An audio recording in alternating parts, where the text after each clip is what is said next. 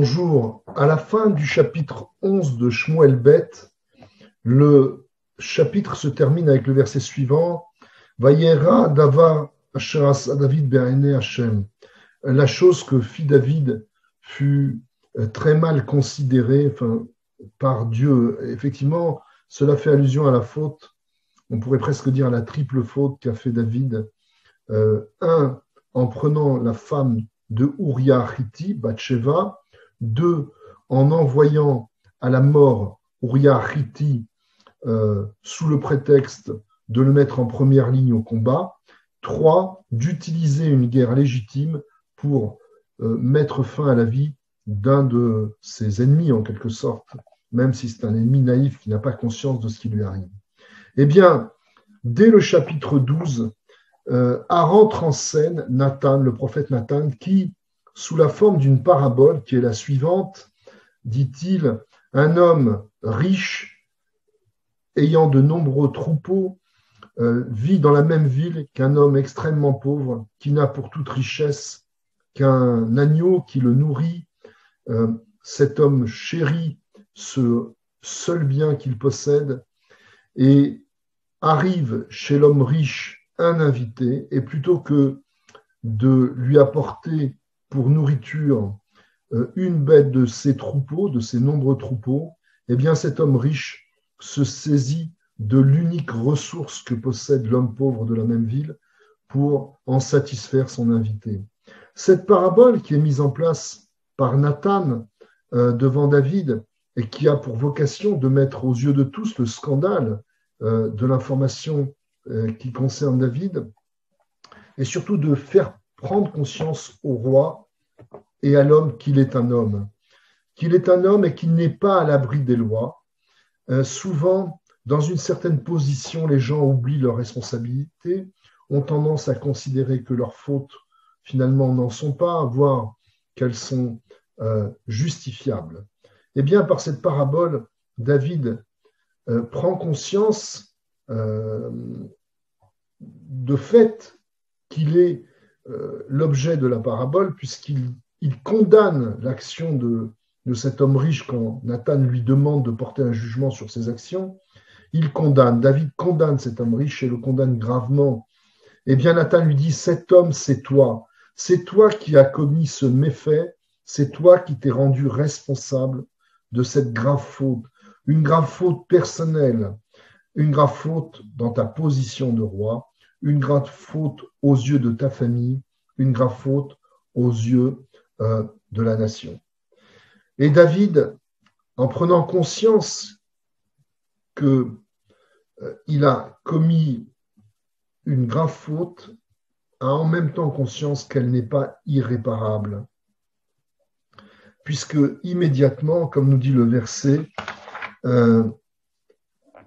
David s'écrit au verset 13, Vayomer David el Nathan, David dit à Nathan, Hatati l'Adonai, Vayomer Nathan el David, Gam Adonai Evir Hatatra Lotamut. Immédiatement, contrairement à beaucoup de dignitaires, David fait amende honorable. Il reconnaît sa faute. Il est prêt à en supporter le poids.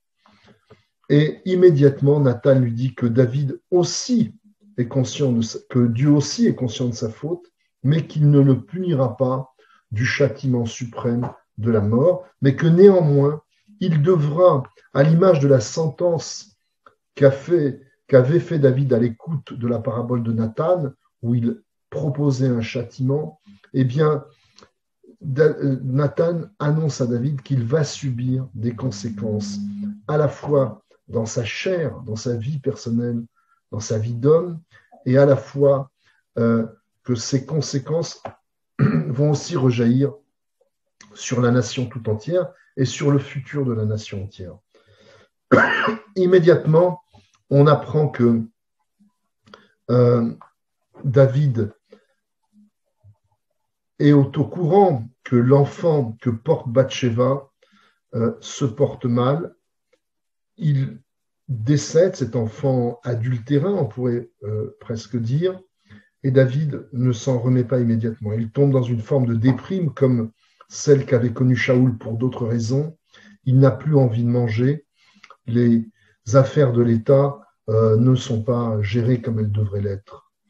Après une longue période de souffrance, et là aussi cette souffrance nous montre que, David est puni, il en a conscience, il souffre, il est sensible à la douleur à la fois de la souffrance de cet enfant et de sa mère Bathsheba. C'est un homme, après, il se rend compte qu'il n'est qu'un homme et qu'il doit donc en tenir compte dans la façon qu'il a d'agir. Après une période de deuil, David se relève, soutenu par sa cour, et décide de reprendre les affaires courantes de l'État en main. David se console, comme le verset 24, Vaïnachem David et Bathsheba ishto, Vaïavo Elea, Vaishkavima. Et de nouveau, la vie reprend ses droits. David se console sa femme Bathsheba, et va telet ben, Vaikra Shemo Shlomo, va Adonai Yahevo. Et du fruit de cette nouvelle union avec Bathsheba, naît un enfant que Dieu, on ne sait pas trop, d'après le cri uktiv, c'est marqué Vaikra, mais on lit Vatikra. On a presque l'impression que c'est Dieu lui-même qui nomme cet enfant Shlomo. On pourrait traduire le paisible.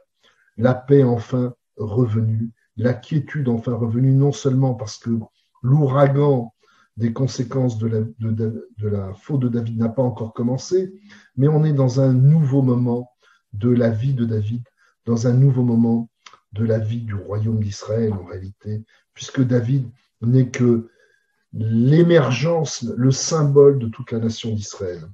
Et cet enfant, qui est nommé aussi Yedidia, chéri à Dieu, est en quelque sorte un Yedid ben Yedidia. Il est le fils de l'aimé, le paisible fils de l'aimé.